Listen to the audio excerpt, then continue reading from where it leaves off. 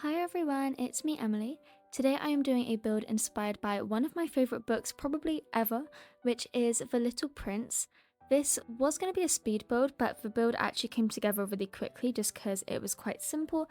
So I'm going to leave the build as real time, and then in this voiceover try to kind of explain a little bit about the book in case you haven't read it and want to still hopefully understand what's going on in the build. But I do think even if you've not read the book, you're still going to enjoy this build. I think it turned out super cute. So with that, let's get on with the video. So the story starts with a little prince who has fallen down from his planet, which is up in, outer space, and he has fallen down to Earth. I wanted to use the moon decoration as to show the little prince's planet because a lot of the book they spend time kind of looking up towards the sky and thinking about his planet. And there's also a red rose there because the little prince has one red rose on his planet that is very special to him, and he believes at his time on the planet that it is the only red rose ever to exist. And then when he comes to Earth, he learns that it's not quite true. And at first he feels kind of disappointed that there is only one red rose, but he learns during the book that actually what makes his red rose special, even though there are other roses, is the fact that he loves his one, and that's what makes it special and what makes it unique. I started out with using some yellow hyacinths because there is a certain part in the book about this fox who really wants to be tamed by the little prince, and so the little prince goes to the same spot every single day and he tames this fox. And then when the little prince has to go, it makes the fox really sad because he's about to lose one of his best friends. And the little prince kind of asks, well, you've gained nothing. Like, why did you make me tame you if you're going to gain nothing from it? And the fox basically explains that now, even though the little prince is gone, every time he sees something yellow, like the colour of the wheat in the field next to him or the sun, he'll think back to the little prince because in the story, the little prince has yellow hair.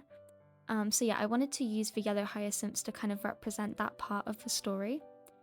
Also, the reason there's sand all over, I probably should have explained that first, is the other character in the book is a pilot who has crash landed in the desert and is kind of left trying to rediscover who he is whilst he's in the desert trying to fix up his aeroplane. So yeah, I came through before the build and laid down all of this sandy pathing so that I could make this build into the desert. I really like it. I feel like it gives it a very different look to kind of any of my other builds on this island so far. And the Sphinx adds to that desert vibe as well. I'm using lots of these yellow nova lights just to create some kind of mystical whimsiness that I feel like is kind of important for a build like this because the book itself is very whimsical and magical. It's all about I would say like the main theme or plot point is kind of embracing your childhood self and I don't know, trying not to let adulthood make you see everything in like a plain and boring way. It's about still finding magic and specialness within adulthood. It's a great book. I do definitely highly recommend it if you've not read it. And then here I am just adding in some of these red roses just to add back into that part of the story where the little prince sees all of these red roses and is sad. I wrote out the quote to try and explain it. So when he realizes that there's a whole bunch of other red roses and he's sad, the fox says to him, go and see the roses again, you'll realize that yours is absolutely unique because the little prince loves his rose and it doesn't matter that there's other roses, he's made his special by getting to know it and falling in love with it, and I think it's so beautiful. Oh, yeah, I really love this book. It is definitely one of my favorites. And then I decided to use some star fragments and drop them just kind of throughout this space as well. It wasn't really like a set build in terms of furniture. There wasn't that much furniture I kind of wanted to use.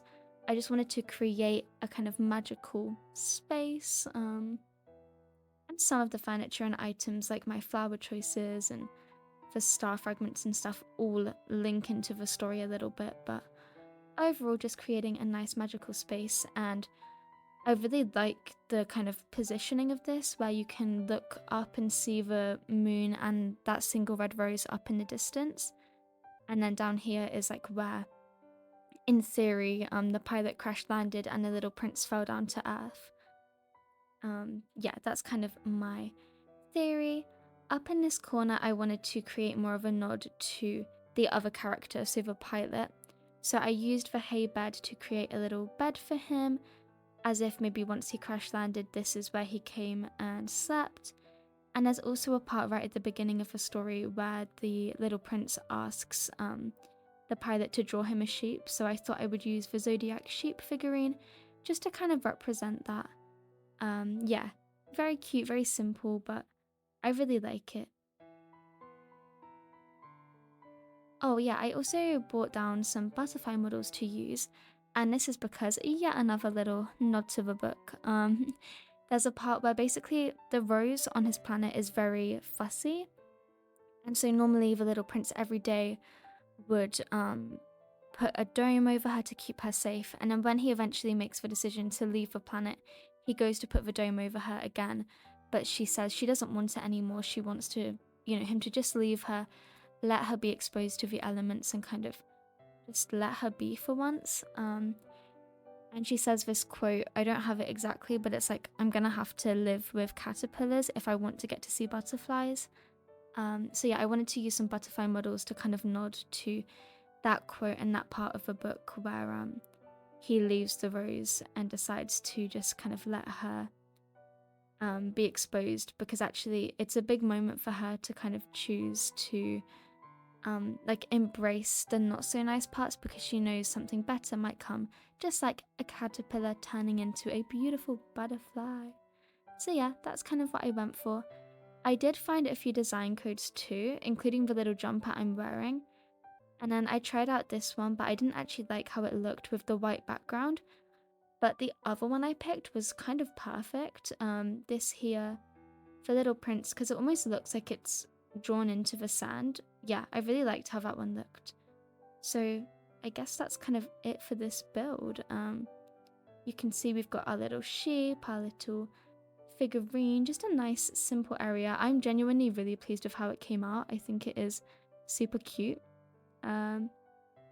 Yeah. I think that's pretty much all we need to do. I'm just trying to shape up how I'm going to run through. Like right now, it's hard to run through. That's better. Now I've moved the monarch butterfly. I think it's a lot better. Just because the problem was I was scared I was going to run over my flowers. And if you run over them on sand, they don't regrow. So it would have been a bit of a pain to constantly have to replant them on this island. So I'm now doing the final walkthrough. Here we are with our Sphinx. Coming down, we've got the butterfly models, the star fragments, all those nova lights. I really like just how simple it is. I feel like I tend to do quite complex builds, but I think this is genuinely really stunning. And then if you come and stand on this little prince sign, you can look up and see his planet and his special rose in the distance, which I love so much. And yeah, with that, let me just thank you all so much for watching. I hope you've enjoyed this video, and I will see you all next time. Bye!